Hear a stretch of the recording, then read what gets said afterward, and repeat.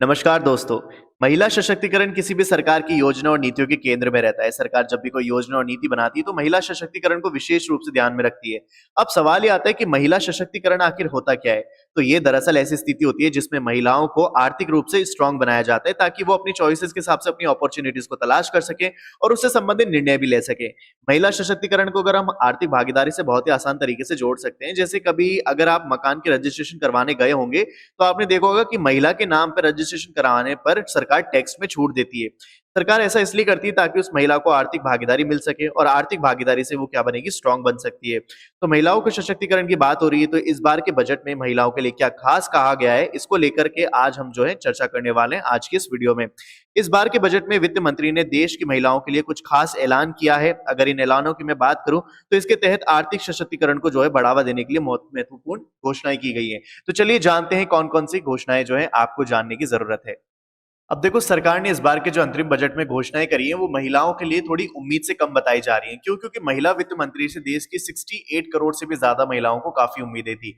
अंतरिम बजट 2024-25 में देश में 3 करोड़ महिलाओं को लखपति बनाने का लक्ष्य रखा गया है। वहीं यू विन प्लेटफॉर्म के जरिए टीकाकरण को बढ़ावा दिया जाएगा। अभी मैं बताऊंगा क्या होता है ये प्लेटफॉर्म। इसमें सर्वाइकल कैंसर को रोकने के लिए 9 से 14 साल की लड़कियों को फ्री टीका लगाया जाएगा। बजट के दौरान निर्मला सीतारमण ने कहा, देश में 9 करोड़ महिलाओं से जुड़े 83 लाख स्वयं सहायता समूह हैं। इन समूहों की मदद करने के लिए 1 करोड़ महिलाओं को लखपति दीदी बना चुकी है। उन्होंने कहा कि पिछले 10 साल में 30 करोड़ मुद्रा योजना लोन महिला उद्यमियों को दिए गए हैं। महिला क्षेत्र में प्रधानमंत्री आवास योजना के तहत 70% आवास महिला को भी मिले हैं। तो चलिए जानते हैं कि देखो यहाँ पे जो है 2024-25 के अंतरिम बजट में महिलाओं के लिए 4 ऐसी बड़ी घोषणाएं की गई है। अब वीडियो के एंड में मैं आपसे जानना चाहूंगा कि क्या विमेन्स के लिए जो है ये वाला जो पर्टिकुलर बजट आया है वो सेटिस्फाइड है, और आप जो है इसको कितने जो है मार्क्स दोगे, 10 में से कितने नंबर देना चाहोगे? तो वो है वीडियो देखने के बाद आपको समझ में आएगा। तो चलिए शुरुआत करते हैं वीडियो की। देखो, सबसे पहली जो इन्होंने घोषणा करी है वो है लखपति दीदी स्कीम से आत्मनिर्भर बनेगी महिलाएं। देखो क्या होता है इसके अंदर। इसमें बोला गया अंतरिम बजट 2024 में लखपति दीदी स्कीम के तहत 3 करोड़ महिलाओं को लखपति बनाने का लक्ष्य रखा गया है। ये टारगेट पहले 2 करोड़ का था। इस स्कीम के तहत अब 1 करोड़ महिलाएं जो है लखपति बन चुकी हैं। ये स्कीम जो है 15 अगस्त 2023 से लागू की गई थी।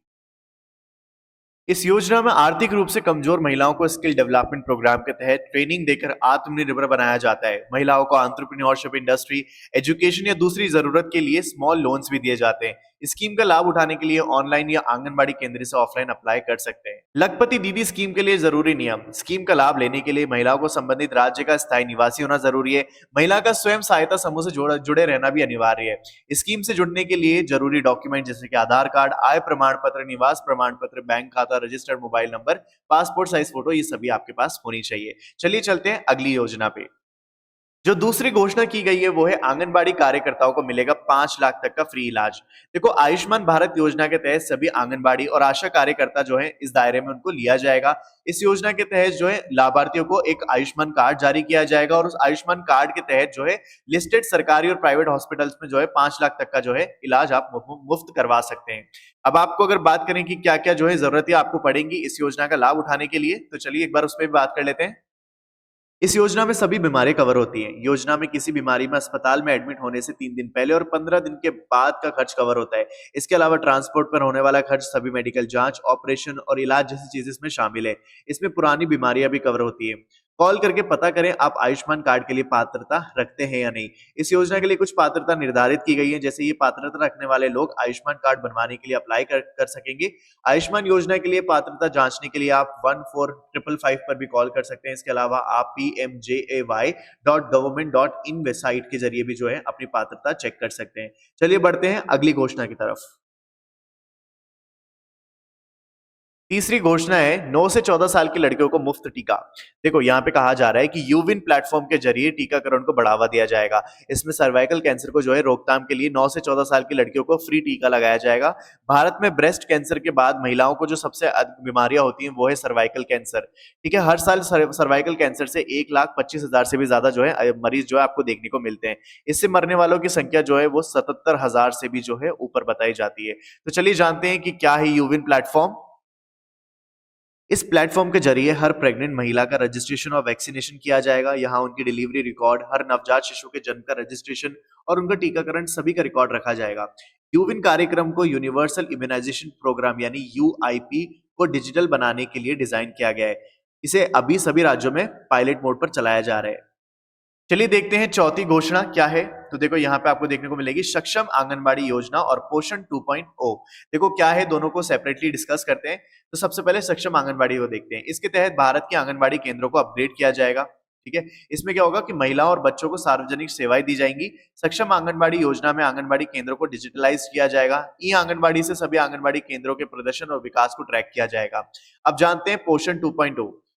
पोषण 2.0 को राष्ट्रीय पोषण मिशन के नाम से भी जाना जाता है। इसके तहत 6 साल तक के बच्चों को, किशोरियों को, गर्भवती और स्तनपान कराने वाली माताओं के पोषण की स्थिति को बेहतर रखने के लिए काम किया जाना है। इस स्कीम का उद्देश्य शारीरिक विकास में बाधा, पोषण की कमी, खून की कमी को दूर करने के साथ कम वजन वाले शिशुओं के स्तर को कम करना है। ठीक है, तो ये सारे के सारे इसके क्या है, लक्ष्य हैं, और ये है आपकी चौथी घोषणा। अब देखो हमने डिस्कस करी 4 महत्वपूर्ण घोषणाएं जो कि हमारी वित्त मंत्री ने अनाउंस करी थी, लेकिन कुछ जो है ऐसे सेक्टर्स भी है जहां पे महिलाओं को निराशा देखने को मिली। तो एक बार उसके बारे में भी हम बात कर लेते हैं।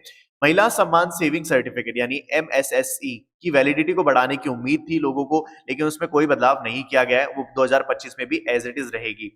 महिला किसानों के लिए प्रधानमंत्री किसान सम्मान निधि की राशि में कोई बदलाव नहीं है, अभी भी ये सालाना 6,000 ही है। 21 साल से ज्यादा उम्र की आर्थिक रूप से वंचित महिलाओं के लिए कैश ट्रांसफर स्कीम लाने की जो है उम्मीद थी, लेकिन ऐसा कुछ अनाउंस नहीं हुआ है।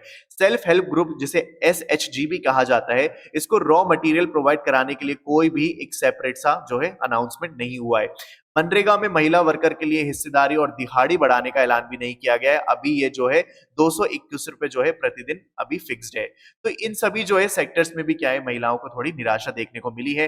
तो ये है हमारी 4 महत्वपूर्ण घोषणाएं, और कुछ ऐसे एरियाज जहां पे वुमेन जो है उनको क्या मिला है, डिससेटिस्फेक्शन या सेटिस्फेक्शन। यह आप मुझे बताना कमेंट बॉक्स में कमेंट करके, और ये बताना कि आप जो है इसको 10 में से कितने नंबर देना चाहेंगे इस पर्टिकुलर बजट को। ठीक है, सो मैं आपके कमेंट्स को जरूर रीड करूंगा और देखते हैं क्या रिस्पॉन्स रहता है आप सभी का, जो वीडियो के माध्यम से आप तक ये जानकारी पहुंच रही है। ठीक है, सो आई होप वीडियो आपको पसंद आई होगी, और अगर आप इसी तरीके की वीडियोस देखना चाहते हैं तो मेक श्योर कि आप चैनल को सब्सक्राइब कर लें, सो दैट मेरी वीडियो आप तक जरूर पहुंच जाए। चलिए मिलते हैं फिर अगली वीडियो में। Thank you so much for watching this video till here. This is me Nadeem signing off.